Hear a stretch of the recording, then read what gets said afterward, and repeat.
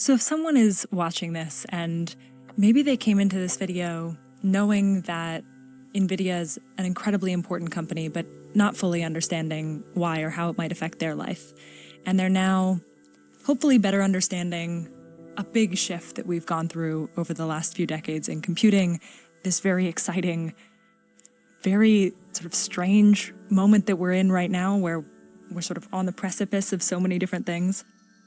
If they would like to be able to look into the future a little bit, how would you advise them to prepare or to think about this moment that they're in personally with respect to how these tools are actually going to affect them?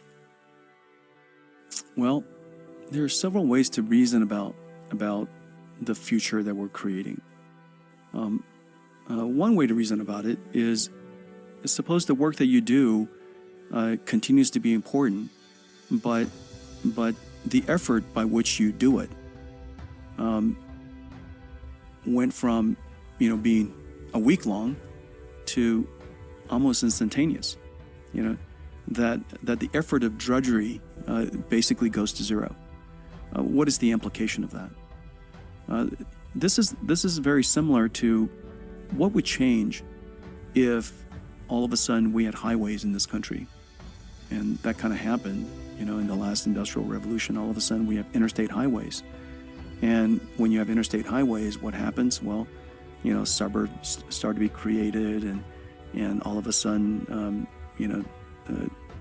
distribution of goods from east to west is no longer a concern, and all of a sudden gas stations start cropping up on highways, and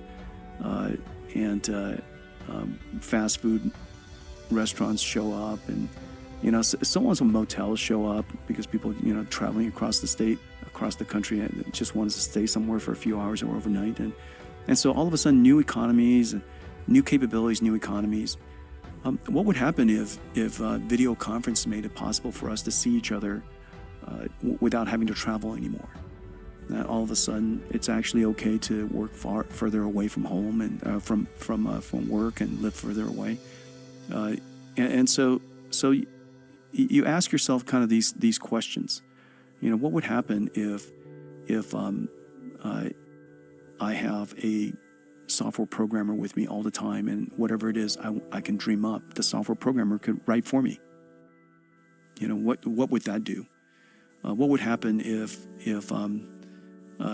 I just had a seed of an idea and I rough it out, and all of a sudden a prototype of a production was put in front of me, and how would that change my life, and how would that change my opportunity, and what does it free me to be able to do, and so on and so forth. And so I think that the next decade, intelligence, not for everything, but for some things, would basically become superhuman. And so I can tell you exactly what that feels like. I'm surrounded by superhuman people, super intelligence, from my perspective, because they're the best in the world at what they do, and they do what they do way better than I can do it.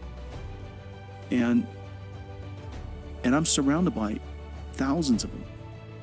And yet, it never one day caused me to think all of a sudden I'm no longer necessary.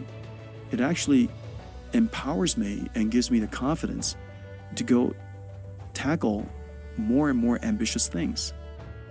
And so suppose now everybody is surrounded by these super AIs that are very good at specific things, or good at some of the things. What would that make you feel? Well, it's going to empower you. It's going to make you feel confident.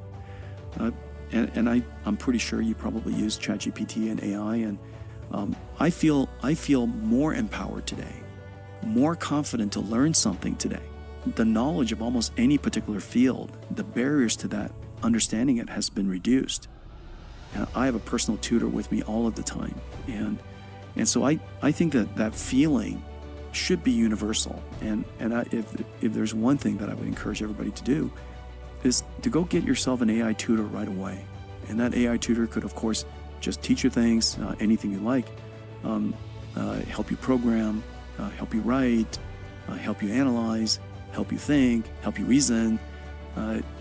All of those things is going to really make you feel empowered. And I think that's going to be our future. We're going to become superhumans, not because we're going to become superhumans because we have super AIs.